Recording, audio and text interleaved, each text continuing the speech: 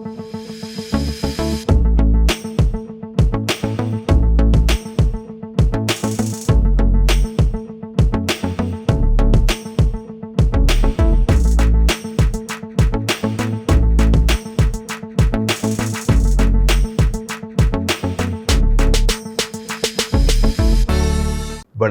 இலங்கை செய்திகளுடன் நான் ரோஷன். விரிவான செய்திகளுக்கு முன் தலைப்புச் செய்திகள். தேர்தல் வெற்றியை விட ஆட்சி முறையில் மாற்றம் கொண்டு வருவதே தமது இலக்கு என டெல்வின் சில்வா தெரிவிப்பு. தமது கண்காணிப்பாளர்கள் சுதந்திரமாகவும் வெளிப்படைத்தன்மையுடனும் செயல்படுவார்கள் என்று ஐரோப்பிய ஒன்றிய தேர்தல் கண்காணிப்பு பணிக்குழு அறிவிப்பு. பொதுஜன பெரமுன சார்பில் ரணிலுக்கு ஆதரவளிக்க முன்வந்த உறுப்பினர்கள் இல்லாமல் ராஜபக்சர்களால் வெற்றி பெற முடியாது என மஹிந்தானந்த அழுத்கமகே சுட்டிக்காட்டு. ஸ்ரீலங்கன் ஏர்லைன்ஸை அரசு மற்றும் தனியார் கூட்டு முயற்சியாக நடத்த விரும்புவதாக ஜனாதிபதி வேட்பாளர் அனுர்குமார திசாநாயக்க கருத்து. தொடர்வது விரிவான செய்திகள். தேர்தல் வெற்றியை விடவும் ஆட்சி முறையில் மாற்றம் கொண்டு வருவதே தமது இலக்கு என மக்கள் விடுதலை முன்னணியின் பொதுச் செயலாளர் டெல்வின் சில்வா தெரிவித்துள்ளார்.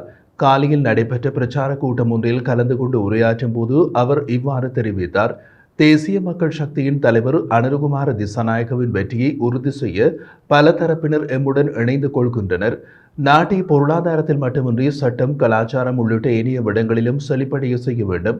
இனமத பேதமற்ற ஒரு நாட்டை உருவாக்க வேண்டியது அவசியமானது. அதேவேளை அரசியல்வாதிகளின் அதிகாரத்தை பலப்படுத்த போலீசார் பயன்படுத்துவதாகவும் இந்த முறையில் மாற்றம் செய்யப்படும். தேர்தல் வெற்றியை விடவும் ஆட்சி முறையில் மாற்றம் கொண்டு வருவதே தமது இலக்கு என்றும் அவர் குறிப்பிட்டுள்ளார். தமது கண்காணிப்பாளர்கள் சுதந்திரமாகவும் வெளிப்படைத்தன்மையுடனும் செயல்படுவார்கள் என்று ஐரோப்பிய ஒன்றிய தேர்தல் கண்காணிப்பு பணிக்குழு அறிவித்துள்ளது. அத்துடன் எதிர்கால தேர்தல் சீர்திருத்தங்களுக்கான பரிந்துரைகளையும் தமது குழு முன்வைக்கும் என்றும் தெரிவித்துள்ளது. குழுவின் பிரதான பார்வையாளரான ஐரோப்பிய நாடாளுமன்ற உறுப்பினரான நாச்சோ சான்சஸ் அமோர் ஊடகவியலாளர்கள் மத்தியில் கருத்துரைக்கும் போது இந்த விடயங்களை தெரிவித்துள்ளார். தமது கண்காணிப்பாளர்கள் எந்த தூதரகங்களிடமிருந்தோ அல்லது வேறு யாரிடமிருந்தோ உத்தரவுகளை பெறாமல் உண்மையான, சுதந்திரமான மற்றும் வெளிப்படையான முறையில் செயல்பட உள்ளதாக அவர் கூறியுள்ளார். இதன்படி தேர்தல் நிர்வாகத்தின் பணி, சட்ட கட்டமைப்பு மற்றும் பிரச்சாரத்தின் நடத்தை, ஊடகங்களின் பணி மற்றும் தேர்தல் செயற்பாட்டில் சமூக ஊடக வலைப்பின்னர்களின் பங்கு போன்ற தேர்தல் செயல்முறைகளின் பல்வேறு அம்சங்களை தமது குழு அவதானித்து பகுப்பாய்வு செய்யும். அத்துடன் இலங்கை கையொப்பமிட்டுள்ள தேசிய சட்டம் மற்றும் பிராந்திய மற்றும் சர்வதேச தரங்களுக்கு இணங்க தேர்தல் எவ்வாறு நடத்தப்படுகிறது என்பதை தமது கண்காணிப்பாளர்கள் மதிப்பீடு செய்வார்கள் என்றும் அவர் கூறியுள்ளார். ஸ்ரீலங்கா பொதுஜன பெரமுனவின் சார்பில் ரணில் விக்ரமசிங்கவுக்கு ஆதரவளிக்க முன்வந்த நாடாளுமன்ற உறுப்பினர்கள் இல்லாமல் ராஜபக்சர்களால் ஜனாதிபதி தேர்தலில் வெற்றி பெற முடியாது என்று மஹிந்தானந்த அழுத்கமகே தெரிவித்தார். நாவலப்பட்டியில் நடைபெற்ற பிரச்சார கூட்டம் ஒன்றில் கலந்து கொண்டு உரையாற்றும் போது அவர் இதனை கூறியுள்ளார்.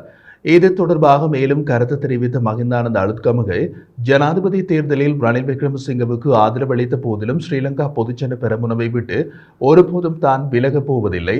ஸ்ரீலங்கா பொதுஜன பெரமுனவின் முன்னாள் ஜனாதிபதி மஹிந்த ராஜபக்ச, சமல் ராஜபக்ச ஆகியோர் இந்த ஜனாதிபதி தேர்தலில் ரணில் விக்ரமசிங்கவுக்கு ஆதரவளிக்க விரும்பாமல் நாமல் ராஜபக்சவை வேட்பாளராக முன்னிறுத்தினர். ரணிலின் வெற்றிக்காக கண்டி மாவட்ட ஸ்ரீலங்கா பொதுஜன பெரமுனவின் 8 நாடாளுமன்ற உறுப்பினர்களும் ஒன்றிணைந்துள்ளதால் 2024 ஜனாதிபதி தேர்தலில் ரணில் விக்ரமசிங்க வார வெற்றியை பெறுவார் என்றார். எதிர்வரும் ஜனாதிபதி தேர்தலை இலக்காக வைத்து பாராளுமன்ற உறுப்பினர்களுக்கு மதுபான சாலை அனுமதி பத்திரங்கள் வழங்கப்பட்டுள்ளதாக அடக்குமுறைகளுக்கு எதிரான ஜனநாயக அமைப்பின் தலைவர் தம்பிராசா தெரிவித்தார். இதன்போது பாராளுமன்ற உறுப்பினர் அங்கஜன் ராமநாதன் தனது தந்தையை பினாமியாக வைத்து மதுபான சாலைகளுக்கான அனுமதியை கிளிநொச்சியில் பெற்றார் என்றும் குற்றம் சாட்டினார். யாழ்ப்பாண ஊடக அமையத்தில் இடம்பெற்ற ஊடக சந்திப்பில் கலந்து கொண்டு கருத்து தெரிவித்த போது அவர் இவ்வாறு தெரிவித்தார். மதுவரி திணைக்களத்திற்கு அங்கஜன் ராமநாதனின் தந்தை எழுதியதாக தெரிவித்த கடிதம் ஒன்றையும் அவர் வெளிப்படுத்தினார்.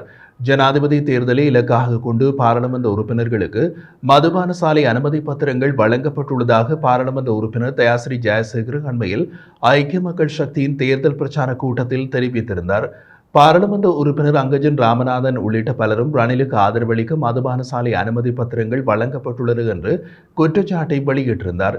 இந்த நிலையில் தயாசிரி ஜெயசேகரவின் கருத்தை மறுத்த அங்கஜன் ராமநாதன் ஆதாரங்கள் வெளிப்படுத்தப்படாமல் தேர்தல் காலங்களில் சேறு பூசப்படுவதாக விசனம் வெளியிட்டிருந்த நிலையில் தம்பிராசா ஆதாரங்களை அம்பலப்படுத்தியுள்ளார். இதேவேளை கடந்த ஓரிரு வாரங்களுக்கு முன்னர் வைத்தியர் அர்ஜுனா ராமநாதன் கூட ஜனாதிபதி தேர்தல் இலக்கு வைத்து மதுபான அனுமதி பத்திரங்களை தமிழ் தேசிய பரப்பில் இயங்கும் நாடாளுமன்ற உறுப்பினர்கள் பெற்றுள்ளார்கள் என்ற கருத்தை முன்வைத்திருந்தமை குறிப்பிடத்தக்கது. நான் ஜனாதிபதியாக பதவியேற்றதும் எரிபொருள் விலையை குறைப்பதே தனது முதல் கடமை என்று ஜனாதிபதி வேட்பாளரும் இலங்கை பொது பயன்பாடுகள் ஆணைக்குழுவின் முன்னாள் தலைவருமான ஜனக ரத்நாயக்க தெரிவித்துள்ளார். இது தொடர்பாக அவர் மேலும் தெரிவிக்கையில், கணக்காய்வாளர் நாயகத்தின் அறிக்கையின்படி இலங்கை பெட்ரோலிய கூட்டுத்தாபனம் 2022 36 பில்லியன் ரூபாய் மோசடி எரிபொருள் இறக்குமதியோடு இணைக்கப்பட்டுள்ளது. இந்த விடயம் தொடர்பாக ஏற்கனவே லஞ்ச ஊழல் ஆணைக்குழுவிடம் முறைப்பாடும் செய்யப்பட்டுள்ளது. அதேவேளை கடந்த 2022 ஆண்டு எரிபொருள் விலையை 200 ரூபாவால் குறைக்கலாம் என்று நான் கூறினேன். இப்போது 150 ரூபாவாக குறைக்க முடியும் என்றும், நான் ஜனாதிபதியாக பதவியேற்ற முதல் மாதத்திற்குள் இதனை நடைமுறைப்படுத்துவேன் என்றும் அவர் மேலும் தெரிவித்துள்ளார். தேசிய மக்கள் சக்தி அரசாங்கம் ஸ்ரீலங்கன் அலையன்ஸை அரசு மற்றும் தனியார் கூட்டு முயற்சியாக நடத்த விரும்புவதாக அந்த கட்சியின் ஜனாதிபதி வேட்பாளர் அனுர்குமார் திசாநாயக்க தெரிவித்தார். தேசிய மக்கள் சக்தியின் சுற்றுலா கொள்கையை வெளியிடும் நிகழ்வில் கலந்து கொண்டு உரையாற்றும் போது அவர் மேற்கண்டவாறு குறிப்பிட்டுள்ளார். தொடர்ந்தும் தெரிவித்த அவர், கட்டுநாயக்க விமான நிலையத்தை நவீனப்படுத்த வந்த முதலீட்டாளர்கள் ஏன் அதனை விட்டு சென்றார்கள் என்பது அனைவருக்கும் தெரியும். எங்கள் விஞ்ஞாபனத்தின்படி தேசிய விமான சேவைக்கு ஆதரவாக உள்ளோம். எப்போது விமான சேவை பற்றி எங்களிடம் ஒரு கேள்வி உள்ளது. அதனை அரசாங்கத்தில் வைத்து வளர்ச்சியடைய வைக்க முடியுமா? அரசாங்கமும் நிர்வாகத்திறன் கொண்ட நிறுவனமும் கூட்டாக நிர்வகிக்க முடியுமா? அல்லது முழுவதுமாக விட்டுக் கொடுப்பதற்கான 3 விருப்பங்கள் எங்களிடம் உள்ளன. எனினும் அரசு மற்றும் தனியார் துறையின் கூட்டு முயற்சியாக தேசிய விமான சேவையை நடத்துவதே எங்கள் விருப்பம் என்றும் அனுர்குமார் திசாநாயக்க குறிப்பிட்டுள்ளார். 2000 ஆண்டு முதல் 2009 வரையில் தங்கள் உறவுகள் காணாமல் போனதாக 6047 பேர் மாத்திரமே முறைப்பாடு செய்துள்ளனர் என்பது இலங்கை வெளிவிவகார அமைச்சர் தெரிவித்திருப்பது தவறாக வழிநடத்தும் ஒரு நடவடிக்கையாகும் என்று சர்வதேச நெருக்கடி குழுவின் இலங்கை குறித்த ஆய்வாளர் அலன் கீனன் தெரிவித்துள்ளார். சமூக ஊடக பதிவில் அவர் மேலும் குறிப்பிட்டுள்ளதாவது, இந்த எண்ணிக்கை இலங்கை அரசாங்கம் ஏற்படுத்திய வெளிப்பட தன்மையற்ற அதிகாரத்துவ பொறிமுறைகளின் புள்ளி விவரங்களை அடிப்படையாக கொண்டிருக்கலாம். 2000 ஆண்டு முதல் 2009 ஆண்டு 1970களின் பிற்பகுதியில் ஆரம்பித்த அரசாங்கத்திற்கும் தமிழ் போராளிகளுக்கும் இடையிலான கிளர்ச்சி எதிர்ப்பு யுத்தத்தின் ஈவிரக்கமற்ற ஒரு சிறிய காலம் மாத்திரமே. இந்த காலப்பகுதியில் பல ஆயிரக்கணக்கானவர்கள் காணாமல் போனார்கள்.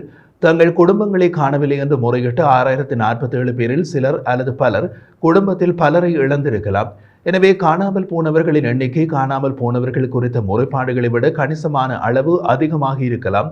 பல தசாப்தங்களாக ஆணையங்கள், குழுக்கள் மற்றும் பல்வேறு தகவல் சேகரிப்பு செயல்முறைகளுக்கு பிறகு காணாமல் போனவர்களின் பல குடும்பங்கள் சோர்வடைந்துள்ளன அல்லது சலிப்படைந்துள்ளன.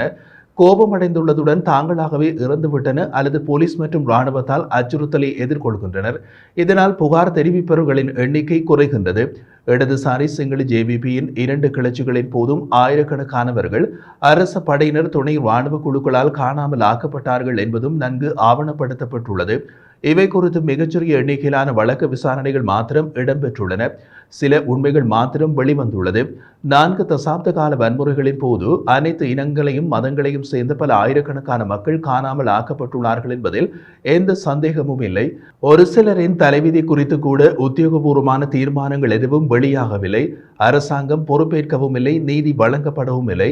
பல தசாப்தங்களாக உண்மை மற்றும் பொறுப்பு குரல் குறித்த வேண்டுகோளுக்கு இலங்கை அரசாங்கங்கள் அளித்து வரும் மறுப்பு மற்றும் பொறுப்பை திசை திருப்பும் பதிலேயே இலங்கையின் வெளிவிவகார அமைச்சர் பேட்டியில் வழங்கியுள்ளார் என்று குறிப்பிட்டுள்ளார்.